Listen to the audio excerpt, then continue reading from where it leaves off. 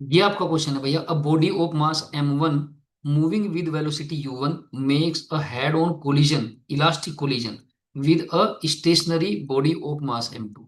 मतलब दो बॉडी आपके पास है, एक मास m1 का है जो u1 वेलोसिटी से चल रहा है, और एक दूसरा बॉडी है जो मास m2 का है, वो स्टेशनरी है, रुका हुआ है। What is the fraction of kinetic energy transfer to m2? देखो भैया, ये आपके दो बॉडी है, सपोज एक बॉडी ये है, ये मास m1 का है, इसकी जो वेलोसिटी है वो दी हुई है आपको u1। एक दूसरा और मास है, ये m2 मास है, और ये स्टेशनरी है। मींस u2 की अगर हम बात करें इनिशियल वेलोसिटी की इसकी, तो ये जीरो हो जाएगी। इसके बाद इनमें हेड ऑन कोलिजन हुआ। हेड ऑन कोलिजन का मतलब है वन डायमेंशनल कोलिजन हुआ।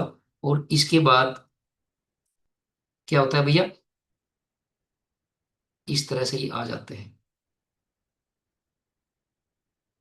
इसकी फाइनल वेलोसिटी सपोज v2 है आपकी, और इसकी फाइनल वेलोसिटी सपोज v1 है। ये m1 मास है, ये m2 मास है। आपको निकालना क्या है, what is the fraction of initial kinetic energy transfer to m2। m2 को, m2 जो स्टार्टिंग अभी रुका हुआ है स्टार्टिंग में बिफोर द कोलिजन, तो उसको कितनी एनर्जी, काइनेटिक एनर्जी ट्रांसफर होगी, वो फ्रैक्शन निकालना है जो m2 को ट्रांसफर हो जाती है। तो कौन करेगा ट्रांसफर इसको? भाई m2 की इनिशियल वेलोसिटी तो जीरो जीरो है, तो इसका मतलब ये तो करेगा नहीं।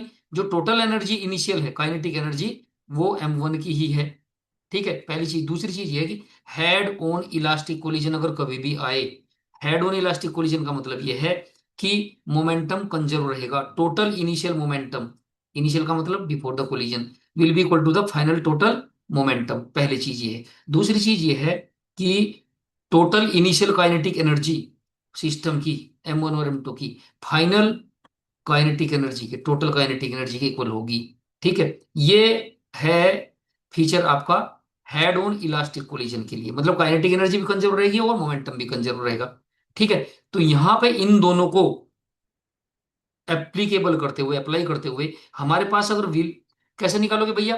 काइनेटिक एनर्जी इनिशियल आपको निकालनी है, काइनेटिक एनर्जी तो k1 आपको निकालनी है, एक k2 निकालनी है। मतलब इसकी काइनेटिक एनर्जी, k2 का मतलब हो गया इसकी काइनेटिक एनर्जी जो m2 को ट्रांसफर हुई। तो इनिशियल टोटल एनर्जी का, इनिशियल टोटल एनर्जी किसकी रहेगी भैया? इसकी रहेगी। तो वो आपकी निकाल लोगे, और फिर k2 आपको निकाल लोगे। उसके लिए आपको v2 की जरूरत पड़ेगी। ठीक है, u1 आपको दिया हुआ है ही, v2 की जरूरत पड़ेगी तो v2 निकालेंगे हम। और उसके बाद k1 अपॉन k2 करता है, तो हमको ये फ्रैक्शन पता चल जाएगा कि k1 का कितना फ्रैक्शन, टोटल एनर्जी का कितना फ्रैक्शन k2 को ट्रांसफर होता है। k1 और अपॉन k2 में निकालूंगा तो ये मुझे निकालना है। तो k1 कैसे आ जाएगा भैया? हाफ m1 u1 स्क्वायर कर दो तो आपका k1 आ जाएगा। ये जीरो रहेगा क्योंकि वेलोसिटी जीरो है तो। ठीक है, k2 निकालने के लिए मुझे v2 निकालना पड़ेगा। v2 के लिए फॉर्मूला है, हेड्स ऑन इलास्टिक कोलिजन के लिए v2 और v1 निकालने के लिए दोनों के लिए फॉर्मूला है। लेकिन मुझे निकालना यहाँ पे v2 है। क्यों निकालना है? क्योंकि what is the fraction of kinetic energy transfer to m2, क्योंकि m2 को कितनी ट्रांसफर हुई काइनेटिक एनर्जी, यानी कि मुझे k2 केवल ये निकालनी है जो केवल बॉडी m2 के लिए है, वो निकालना है। तो यहाँ पे k1 में निकाल दे रहा हूँ। k1 मेरी निकल के आएगी भैया हाफ m1 u1 स्क्वायर, ये निकल के आ गई। ठीक है, पहले बॉडी की काइनेटिक एनर्जी निकल के आ गई, टोटल काइनेटिक एनर्जी है ये। इसको इक्वेशन फर्स्ट मान लिया हमने। ठीक है, अब मुझे k2 निकालना, तो k2 के लिए मुझे करूंगा k2 इज इक्वल टू आपका आ जाएगा हाफ इंटू m2 और v2 स्क्वायर। ये हो गया भैया। अब बात यह है कि भैया v2 में कहां से लाऊं? v2 का फार्मूला होता है भैया आपका हेड, हेड ऑन कोलिजन के लिए, इलास्टिक कोलिजन के लिए v2 का फार्मूला होता है भैया। ये होता है आपका m2 minus m1 upon m1 plus m2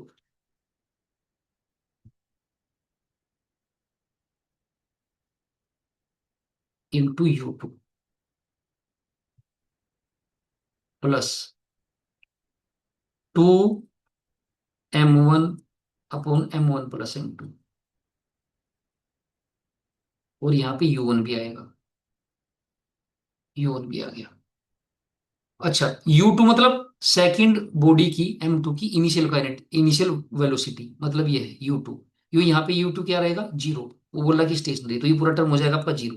तो आपकी V2 आप निकल के आ जाएगी, V2 is equal to 2m1 U1 upon m1 plus m2। Collision के लिए मैं आपको बता दूं, जो भी बच्चे देख रहे हैं उसको, कोलिजन के लिए मेरे पास 4 पेज हैं, नोट्स मैंने बनाए हुए हैं।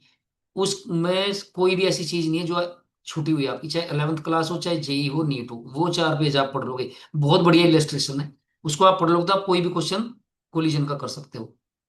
ठीक है, वो मैं आपको भेज दूंगा। आप बस मुझे कमेंट करना। आपके मेल पे पीडीएफ है, वो भेज दूंगा मैं आपको। अभी दिखाऊंगा किस तरह की है वो। तो ये V2 की वैल्यू यहां से निकल के आ गई भाई, V2 की वैल्यू यहां से आपके निकल के आ जाएगी। ये इस V2 की वैल्यू को मैं यहां रख दूं तो वैल्यू आपकी K2 की वैल्यू निकल आएगी। तो K2 आपका हो जाएगा half into M2। V2 square का मतलब इस पूरे का स्क्वायर आपको करना है। तो 2m1 U1 का स्क्वायर करोगे तो ये होगा, जो जाएगा आपका इंटू 4m1 स्क्वायर और U1 square upon m1 plus M2 का whole square. m1 plus M2 का होल स्क्वायर, ये हो जाएगा आपका भैया। ये हो गया, ये K2 की वैल्यू आ गई। अब मुझे करना है भैया K2 अपॉन K1। K1 ये है मेरा और K2 हो गया ये। एक्चुअल में जो इक्वेशन नंबर सेकंड है, आप ये इक्वेशन थर्ड मान लो आप, तो थर्ड को इक्वेशन फर्स्ट से डिवाइड करना, तो K2 अपॉन K1 निकालना है। वही मेरा फ्रैक्शन हो गया, तो K2 upon K1 is equal to आ जाएगा ये सारा। इसको मैं जीटीजी रखता हूँ, ये हो जाएगा आपका 4m1 square U1 square upon m1 plus M2 का होल स्क्वायर अपॉन, ये कर दो भैया, हाफ,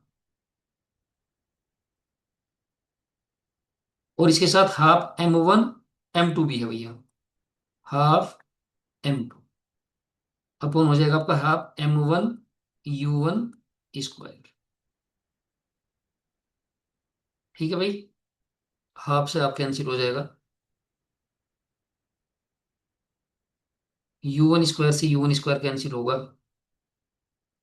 ये हो जाएगा आपका